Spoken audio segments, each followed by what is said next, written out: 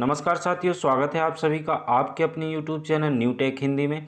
दोस्तों, आज की इस वीडियो में हम सीएम राइज प्रशिक्षण के प्रथम प्रशिक्षण प्रारंभिक बाल अवस्था शिक्षा के मूल सिद्धांत की मुख्य प्रश्नोत्तरी को सॉल्व करने वाले हैं। तो यदि आप भी इस प्रश्नोत्तरी को सॉल्व करना चाहते हैं तो आप वीडियो को बिना स्किप किए हुए पूरा जरूर देखिएगा। चलिए दोस्तों, वीडियो को स्टार्ट करते हैं। उससे पहले दोस्तों, आप सभी से एक छोटी सी रिक्वेस्ट है कि यदि वीडियो पसंद आए तो वीडियो को लाइक और अपने सभी मित्रों को शेयर जरूर कीजिएगा। साथ ही यदि आप हमारे चैनल पर पहली बार आए हैं और चैनल को सब्सक्राइब नहीं किया है तो प्लीज़ चैनल को सब्सक्राइब करके नोटिफिकेशन बेल को ज़रूर ऑन कर लें, ताकि हमारी प्रत्येक लेटेस्ट वीडियो का नोटिफिकेशन आपको सबसे पहले प्राप्त हो सके। तो साथियों, सबसे पहले आपको प्रारंभिक बाल अवस्था शिक्षा के मूल सिद्धांत प्रशिक्षण को अपने दीक्षा ऐप्स पर आपको ओपन कर लेना है। और जब आप ओपन करेंगे तो भाग 3 पोस्ट वर्क में जाएंगे तो यहाँ पर आपको 3.3 प्रारंभिक बाल अवस्था प्रश्नोत्तरी मिल जाएगी। आप जैसे ही इस पर क्लिक करेंगे आपको चलाएं का ऑप्शन आएगा, आप चलाएं पे क्लिक करेंगे तो इसका जो कंटेंट है वो आपके मोबाइल पर ओपन हो जाएगा। यहाँ पे देखिए 3.3 प्रारंभिक बाल अवस्था प्रश्नोत्तरी। तो जो इसका पहला प्रश्न है वो हमारी स्क्रीन पर है। प्रारंभिक बाल शिक्षा में बच्चों के विकास के सभी क्षेत्रों पर ध्यान देना क्यों आवश्यक है। दोस्तों, इसके 4 विकल्प हैं। पहला है बच्चों को प्राथमिक विद्यालय के लिए तैयार करना। दूसरा है बच्चों का सर्वांगीण विकास और आजीवन सीखने हेतु मजबूत नींव डालना। तीसरा है बच्चों को लग्न से सीखने वाला बनने, समीक्षात्मक रूप से सोच सकने, रचनात्मक बनने और अपने परिवेश से सहयोग, संवाद और जुड़ाव स्थापित कर सकने में मदद करना। और चौथा है उपरोक्त सभी। तो दोस्तों, इस प्रश्न का जो सही आंसर होगा वो होगा इसका चौथा विकल्प, उपरोक्त सभी। तो चलिए हम इसको सिलेक्ट करते हैं और चलते हैं अपने अगले प्रश्न की ओर। अगला प्रश्न है निम्न विकास के क्षेत्र और गतिविधि की जोड़ियों में से सही जोड़ी चुनें। तो दोस्तों, यहाँ पे देखिए आप डाउन का चिन्ह है, आप जैसे ही इस पर क्लिक करेंगे तो यहाँ पर एक जोड़ी ओपन होकर आ जाएगी। संज्ञात्मक और पूर्व संख्या कौशल, रचनात्मक एवं सौंदर्य की सराहना, तीसरा सामाजिक भावनात्मक विकास। और इस तरह की जो पॉइंट दिए हुए हैं, बागवानी का अभ्यास, चीज़ों को एक पर एक क्रमानुसार रखना, और तीसरा है अभिवादन करने का अभ्यास। तो यहाँ पे आप देखिए दोस्तों, कुछ विकल्प यहाँ पे दिए हुए हैं। तो फिलहाल मैं आपको इसका जो सही विकल्प है वो बताता हूँ। तो इसका जो सही आंसर है वो है इसका चौथा विकल्प, 1 का बी, 2 का ए और 3rd का सी। तो चलिए इसको सिलेक्ट करते हैं और आगे बढ़ते हैं। इसके बाद जो अगला प्रश्न है, इनमें से क्या समय सारणी का उचित प्रयोग नहीं है। पहला विकल्प है बच्चे आत्मनियंत्रण, सकारात्मक व्यवहार और सामाजिक कौशल सीखते हैं। ख, बच्चों को रूटीन की आदत डलवाने का एक अच्छा तरीका है। ग, खेलने के समय को कम कर विषयों पर ज़्यादा ध्यान देने का अच्छा तरीका है।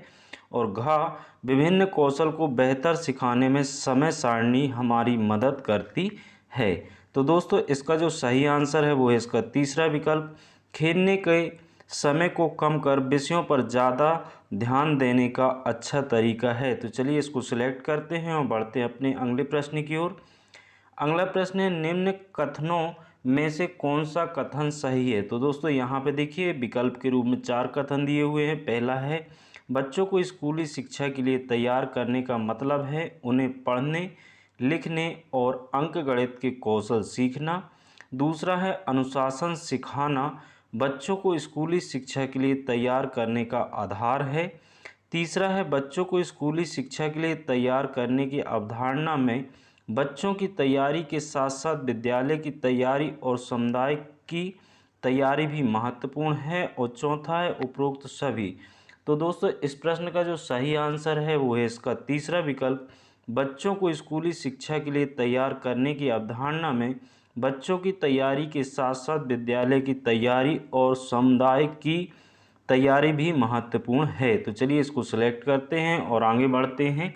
अगला प्रश्न है एक निपुण ईसीई शिक्षक अपनी कक्षा के भौतिक वातावरण के संदर्भ में इनमें से क्या करते दिखाई देंगे। पहला विकल्प है सुनिश्चित करेंगे कि कक्षा में बहुत सारे नए खिलौने एवं बच्चों के खेलने के लिए अन्य संसाधन रखे हों, हर पाठ के लिए नए संसाधनों की व्यवस्था करेंगे एवं उन पर आधारित नियोजन बनाएंगे।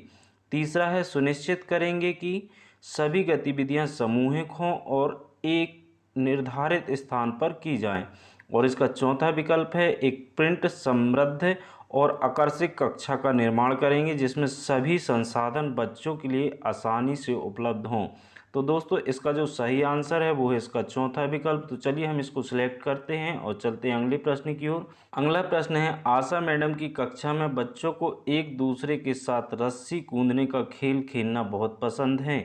उन्हें जब भी अवसर मिलता है वह रस्सी उठाते हैं और टीम्स बना के खेलना शुरू कर देते हैं। अब इसके बाद यहाँ पर आप देखिए दोस्तों डाउन का चिन्ह है, आप इस पर क्लिक करेंगे तो इसके आगे की लाइन भी आपके स्क्रीन पर आ जाएगी। आपके हिसाब से इनकी कक्षा के बच्चों में कौन से विकास के क्षेत्र विकसित हो रहे हैं।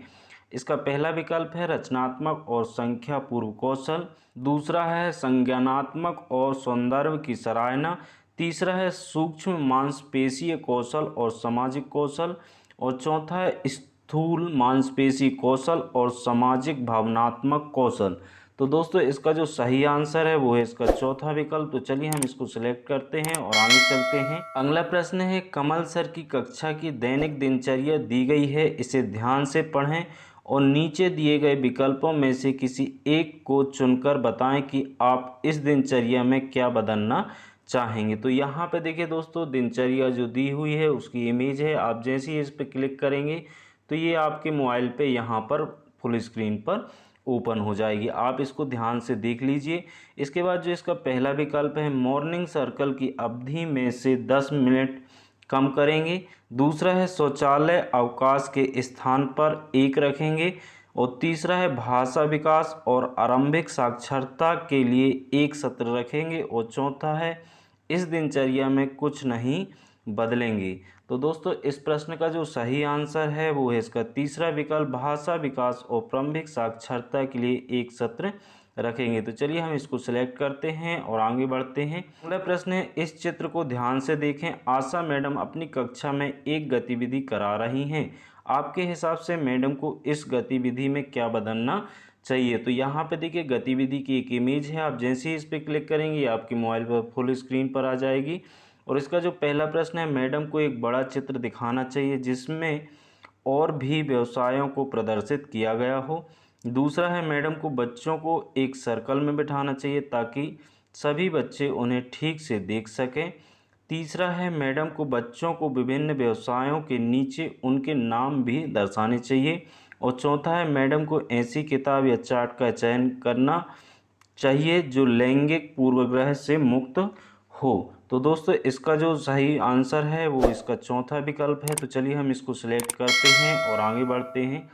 अगला प्रश्न है सरिता मैडम अपनी कक्षा के लिए पहले से पाठ योजना बनाती हैं, समय सारणी का उपयोग भी करती हैं। इस कक्षा के बच्चे खुश एवं चंचलता पूर्वक अपना कार्य करते हुए पाए जाते हैं। अन्य बच्चों के माता पिता के साथ खेलना भी पसंद करते हैं, परंतु जब कभी भी कोई इन बच्चों से बात करना चाहता है तो वे या तो रोने लगते हैं या फिर शर्माकर एक कोने में खड़े हो जाते हैं। प्रारंभिक बालावस्था शिक्षा में भाषाई विकास बहुत ही महत्वपूर्ण भूमिका निभाता है। सरिता मैडम की क्लास में इसकी कमी साफ दिखाई देती है। आपके अनुसार नीचे दी गई गतिविधि में से कौन सी गतिविधि इस कक्षा के बच्चों के भाषा विकास के लिए सबसे अधिक उपयोगी होगी। तो दोस्तों इस प्रश्न का जो सही आंसर होगा वो होगा इसका तीसरा विकल्प बच्चों को समूह में बिठाकर किसी एक विषय पर बातें करने के लिए प्रोत्साहित करना। तो चलिए हम इसको सिलेक्ट करते हैं और चलते हैं अगले प्रश्न की ओर। अगला प्रश्न है रुक्मणी मैडम ने कुछ समय पहले एक ECE कक्षा को पढ़ाना शुरू किया। इनकी कक्षा में ज़्यादातर बच्चे 3 से 4 साल की उम्र के हैं। एक शिक्षक साथी के तौर पर आप उन्हें निम्न में से कौन सी गतिविधि कक्षा में कराने को कहेंगे। यहाँ पे जो पहली गतिविधि है रेत पर अपना नाम लिखने का अभ्यास कराने की, दूसरा बड़े समूह 7 से 8 बच्चे में नाटकीय खेल करवाने की, तीसरा है छोटे समूह 2 से 3 बच्चे में नाटकीय खेल करवाने की, और चौथा है रंग और आकार के अनुसार वस्तुओं को पैटर्न में जमाने का खेल खेलने की। तो दोस्तों यहाँ पे जो 4 विकल्प हैं उनमें से जो इसका सही आंसर है वो है इसका चौथा विकल्प। मतलब मैडम को आप 3 और 4 नंबर की गतिविधि कराने को कहेंगे। तो चलिए हम इसको सिलेक्ट करते हैं और आगे बढ़ते हैं। अब हमको यहाँ पर जो नेक्स्ट का बटन दिख रहा है हम इस पर क्लिक करेंगे। तो यहाँ पर आप देखिए जो टोटल क्वेश्चन थे वो 10 थे, जिनके हमने आंसर दिए 10 थे, और जो स्क्रिप्ट क्वेश्चन हैं वो 0 हैं। अब हम सबमिट पे क्लिक करके प्रश्नोत्तरी को सबमिट करेंगे। तो यहाँ पर आप स्कोर देख पा रहे हैं 10 में से 10। दोस्तों सीएम राइज प्रशिक्षण की प्रश्नोत्तरी की सभी वीडियो पाने के लिए आप हमारे चैनल को सब्सक्राइब अवश्य कर लें। आई होप कि ये वीडियो आपको काफ़ी पसंद आया होगा। पसंद आया हो तो प्लीज़ लाइक करें, अपने सभी मित्रों को शेयर करें। Thanks for watching, take care, bye bye.